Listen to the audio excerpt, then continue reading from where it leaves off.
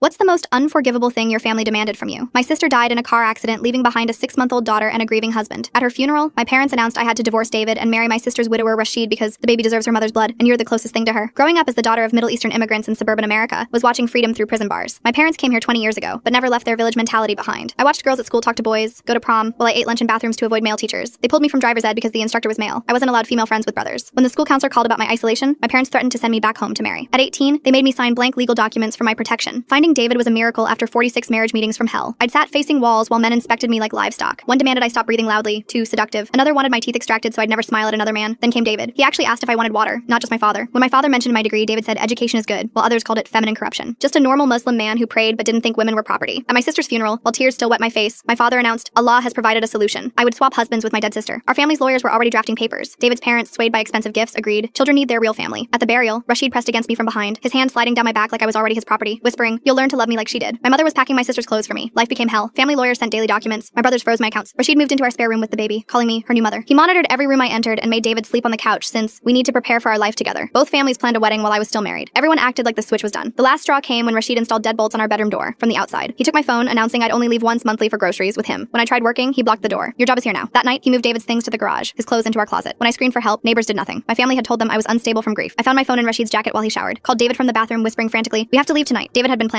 Cash packed, routes mapped. At 3 a.m., while Rashid slept, David set off car alarms. I climbed out the bathroom window. We drove 16 hours straight, paying only cash, heading where their lawyers had no reach. For 3 beautiful months, we lived free. David washed dishes. I cleaned offices. First time choosing my own clothes. I thought we'd escaped. Then their legal machine found us. Those papers I'd signed at 18 gave them power of attorney over everything. They filed lawsuits. Abandonment, $2 million. Breach of contract, $1 million. Emotional damage, another $1 million. Triggered IRS audits. Froze our wages. Brothers maxed credit cards in my name. We couldn't afford lawyers. David sued for alienation of affection. David destroyed himself saving us. 29% loans, selling plasma, medical trials, construction days, Uber nights, warehouse weekends, 2 years fighting, $400,000 in debt. Finally broke the POA, but we were destroyed. David collapsed. What have I done to us? I held his damaged hands. You gave me freedom. Now, 1-room apartment. Moldavian rats. Sharing ramen. David's hands are permanently damaged. I clean toilets where I once had an office. See family at galas online. The baby calls another woman mama. One call could end this. I'll come back, but David makes me laugh. We dance to phone music, kiss between double shifts. Debt collectors calling, but I'm free. No painted windows, no male guardians. Can talk to the pizza guy. Wear short sleeves. Our poverty is our choice, not their wealth in a cage.